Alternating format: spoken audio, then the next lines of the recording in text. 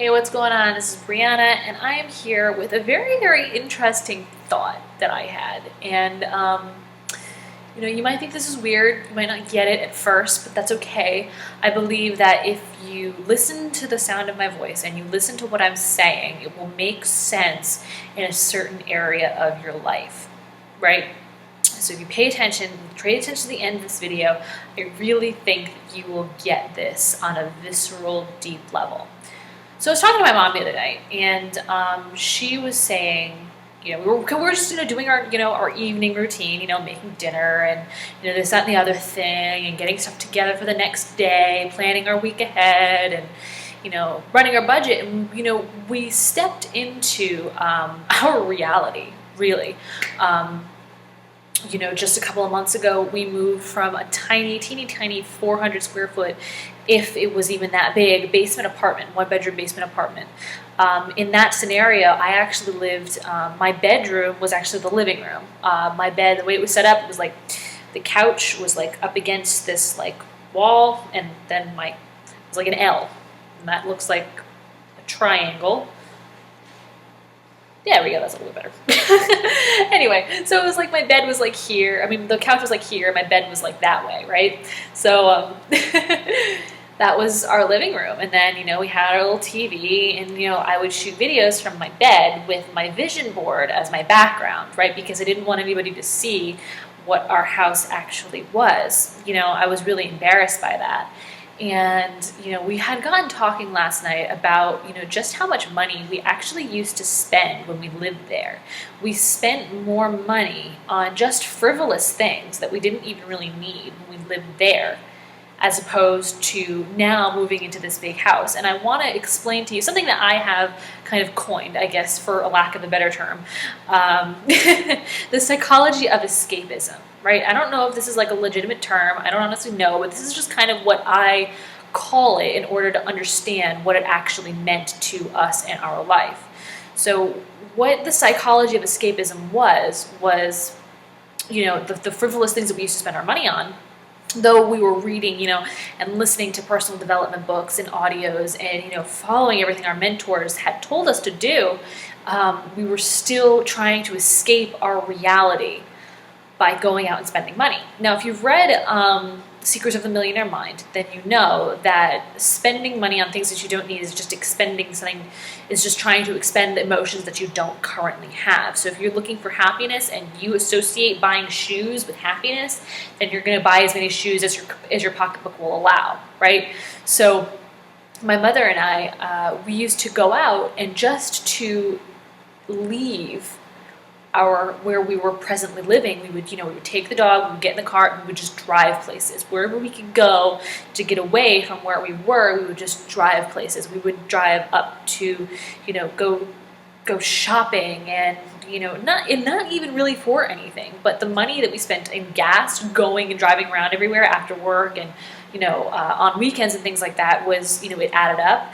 We would go out to eat at restaurants because we couldn't really cook in our kitchen because it was so small. I mean, it was like a teeny tiny stove, right? And then like no counter space around it. It was just like a stove, and then like a little teeny tiny counter space with like a sink in it, and then like two little counters on either side. It was impossible to cook anything but soup in it, and heat up a frozen pizza, right? So we had enough room for our toaster oven and our coffee pot, so we didn't really have any space to speak of. So we would go out and we would drive and go get food out, we'd go get coffees out, and every single weekend that was what we would do, and we wouldn't know where our money was going, right? We didn't know where our money was going when we lived there, because our primary focus was not saving money to get out, or to move into a bigger, better house. It was leaving our immediate circumstances and filling our emotions and filling ourselves with the immediate feelings that we didn't get when we got back home.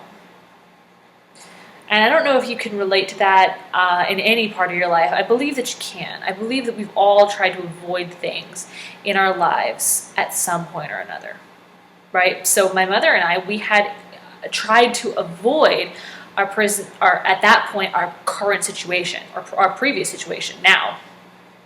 by going out and buying things like, spending, $20. We would drop like $20 at Starbucks like it was nobody's business.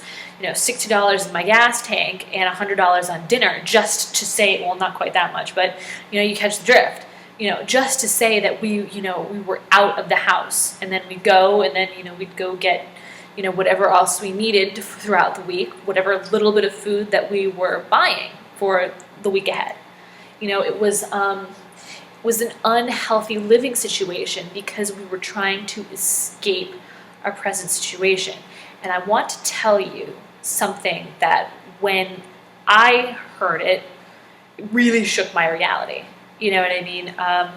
And I believe that if you need it, it will really shake your reality. And it'll piss you off. I'm not going to lie to you. It's going to piss you off like it did me, and it did my mother, my business partner.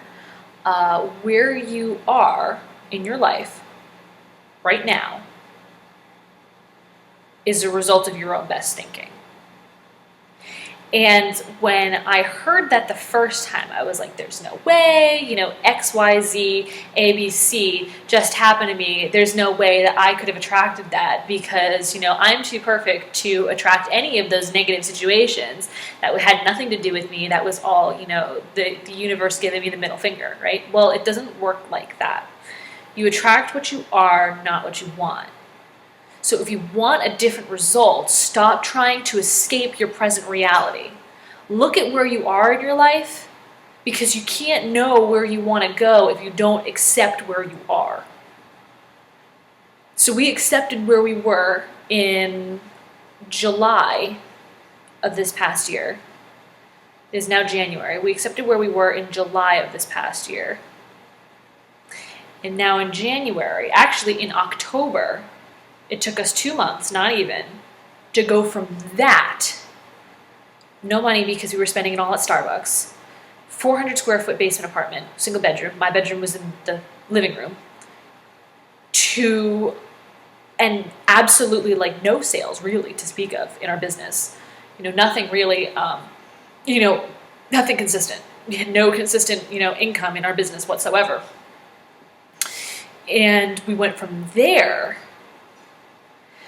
to living in the house, a big, beautiful house in a gated community, 4 times the size of our previous living situation, and living a life beyond our wildest dreams, making consistent income regardless of whether or not we work or not in our business. Consistent income. Like we had family situations and family crises come up, after we had moved in to our new house that we had to deal with, where I couldn't focus on my business and we still made money.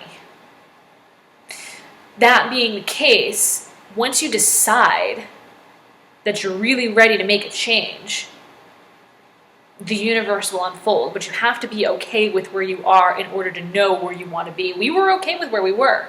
Finally, it took us 1.5 years of living in that place to be okay with where we were in order to get to where we needed to be.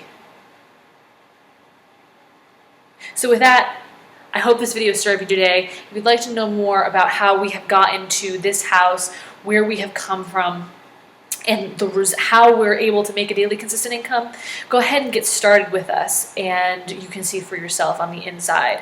I'm really looking forward to seeing you work with us, and so click the button below, get started with us, and we will see you on the inside. Take care.